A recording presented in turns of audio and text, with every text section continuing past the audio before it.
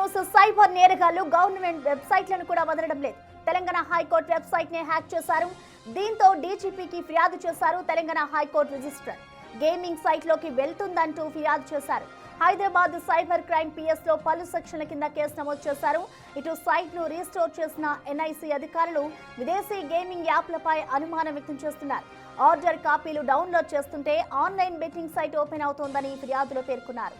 PDF files కు బదులు బీడీజీ slot అనే బెట్టింగ్ సైట్ తెరుచుకుంటుందన్నారు రిజిస్ట్రార్. కేసు నమోదు చేసిన హైదరాబాద్ పోలీసులు దర్యాప్తు చేస్తున్నారు.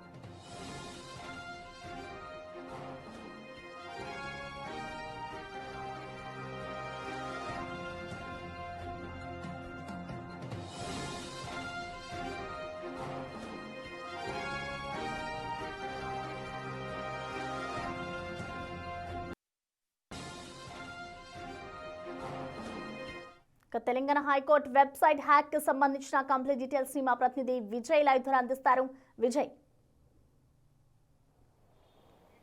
ఎస్ ప్రసన్న, అయితే 13వ తారీఖు మధ్యాహ్నం సమయంలో హైకోర్టు రిజిస్ట్రార్ కేసుకు సంబంధించినటువంటి డీటెయిల్స్ని పీడిఎఫ్ ఫైల్ ద్వారా డౌన్లోడ్ చేసేందుకు వెబ్సైట్ని ఓపెన్ చేయగా ఒక్కసారిగా కంగుతిన్నారని చెప్పాలి. అయితే పీడిఎఫ్ ఫైల్స్లకి బదులుగా బీడీజీ అనేటువంటి ఒక గేమింగ్ వెబ్సైటు హైకోర్టు వెబ్సైట్లో అయితే దర్శనమిచ్చింది. దీంతో వెంటనే పోలీసులకు సమాచారం ఇచ్చారు హైకోర్టు రిజిస్ట్రార్ అయితే. సో దీంతో డీజీపీ కార్యాలయంలో కూడా హైకోర్టు వెబ్సైట్ని హ్యాక్ చేసినటువంటి కేటుగాళ్ళు ఎవరైతే ఉన్నారో, సైబర్ నేరగాళ్ళు ఎవరైతే ఉన్నారో వాళ్ళపైన చర్యలు తీసుకోవాలంటూ కూడా వెంటనే పోలీసులను అయితే ఆశ్రయించారు హైకోర్టు సిబ్బంది. వారిపైన పలు సెక్షన్ల కింద కూడా కేసులు అయితే నమోదు చేశారు. 2020 అలాగే 2008 ఐటీ యాక్ట్ ఏదైతే ఉందో ఐటీ యాక్ట్ ప్రకారం, అలాగే బిఎన్ఎస్ 3/1, అలాగే 66D ఐటీ యాక్ట్, అలాగే 66R/W, అలాగే 43, అలాగే 66C అనేటువంటి సెక్షన్ల కింద కూడా పలు సెక్షన్ల కింద కూడా కేసు అయితే నమోదు చేసుకున్నారు పోలీసులు. అలాగే ఇటు హైకోర్టు సిబ్బంది కూడా సైబర్ క్రైమ్కు సంబంధించినటువంటి పోలీస్ స్టేషన్లోను అలాగే సిసిఎస్లో కూడా కంప్లైంట్ అయితే రైజ్ చేశారు. గత కొంతకాలంగా కూడా తెలంగాణ ప్రభుత్వం అలాగే తెలంగాణ హైకోర్టు ప్రత్యేకంగా ఈ బెట్టింగ్ యాప్స్ ఏవైతే ఉన్నాయో వీటిపైన కఠిన చర్యలు తీసుకుంటా ఉంది. అలాగే ప్రముఖంగా అలాగే ఎవరైతే ఎక్కువగా సెలబ్రిటీ హోదాని కలిగి బెట్టింగ్ యాప్స్కి ప్రమోషన్లు చేస్తూ ఉన్నారో వాళ్ళందరినీ కూడా విచారిస్తూ ఈ బెట్టింగ్ యాప్స్ ప్రమోషన్స్ చేయొద్దు అంటూ కూడా వాళ్ళపైన కూడా పలు సెక్షన్ల కింద కేసులు నమోదు చేసి విచారిస్తూ ఉంది.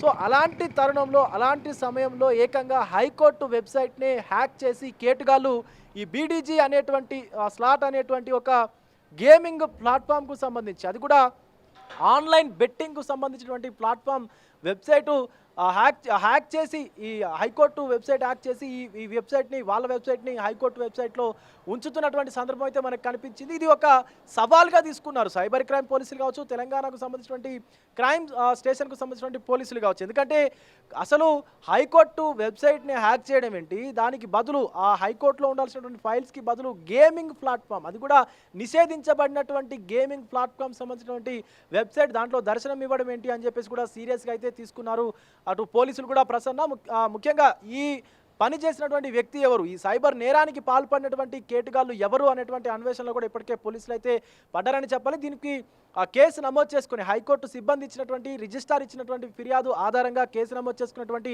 సైబర్ క్రైమ్ పోలీసులు ఇప్పుడు ఆ కేటుగాళ్లను పట్టుకునేటువంటి వేటలో పడ్డారని చెప్పాలి. ముఖ్యంగా అందరికీ న్యాయం చేసేటువంటి కోర్టు, అది కూడా తెలంగాణ ఉన్నతమైనటువంటి హైకోర్టు వెబ్సైట్ని హ్యాక్ చేసి ఈ ఘాతుకానికి పాల్పడినటువంటి వారిపైన కఠిన చర్యలు తీసుకోవాలంటూ కూడా నెటిజన్స్ నుంచి విమర్శలు వస్తూ ఉన్నాయి. ఎందుకంటే చాలామంది ఈ బెట్టింగ్ యాప్స్ వల్ల ప్రాణాలు కోల్పోయారు.